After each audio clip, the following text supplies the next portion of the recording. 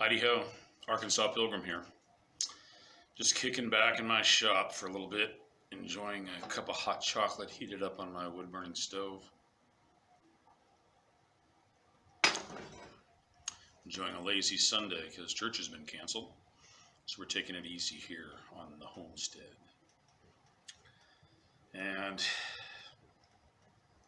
I wanted to give some encouragement to you homesteaders and preppers who've had to put up with people making fun of you, calling you squirrels or whatever about how preparations you've taken, things you've stored up just in case. Now you've been vindicated. But before all this stuff even came up, what's going on, I had this thought of wanting to give you guys some encouragement. And it kind of parallels with something I was thinking about doing maybe as a series for a series of videos. We'll see how it goes. At any rate, without overly explaining things, I wanted to read a passage from The Lord of the Rings, The Return of the King. I'm sure most of you have seen the films, and this is not in the films. And this is not a critique of the films versus the book and all that, but the films were not made by Christians, so they missed out on a few of the major themes of the book actually, and then because of that didn't value certain parts of the book over others.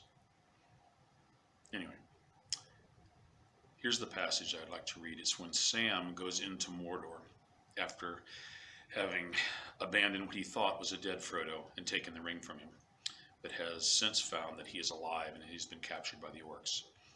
And now he's passing into Mordor to go rescue him, and the ring tempts him. His thought turned to the ring, but there was no comfort there, only dread and danger.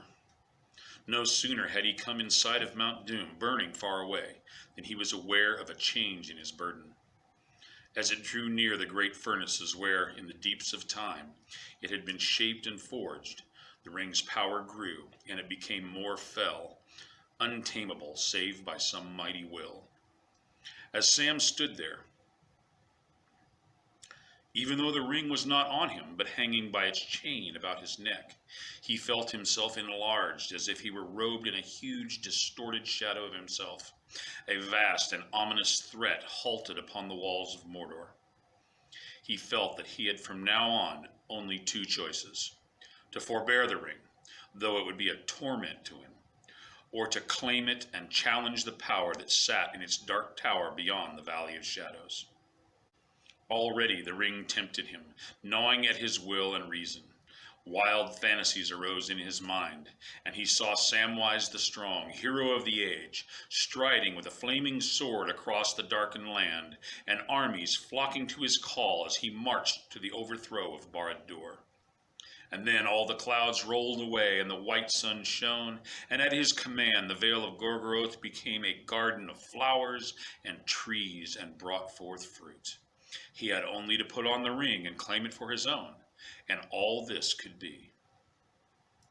In that hour of trial, it was the love of his master that helped most to hold him firm.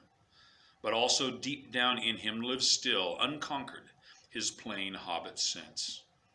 He knew in the core of his heart that he was not large enough to bear such a burden, even if such visions were not a mere cheat to betray him.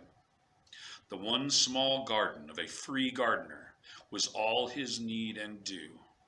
Not a garden swollen to a realm, his own hands to use, not the hands of others to command.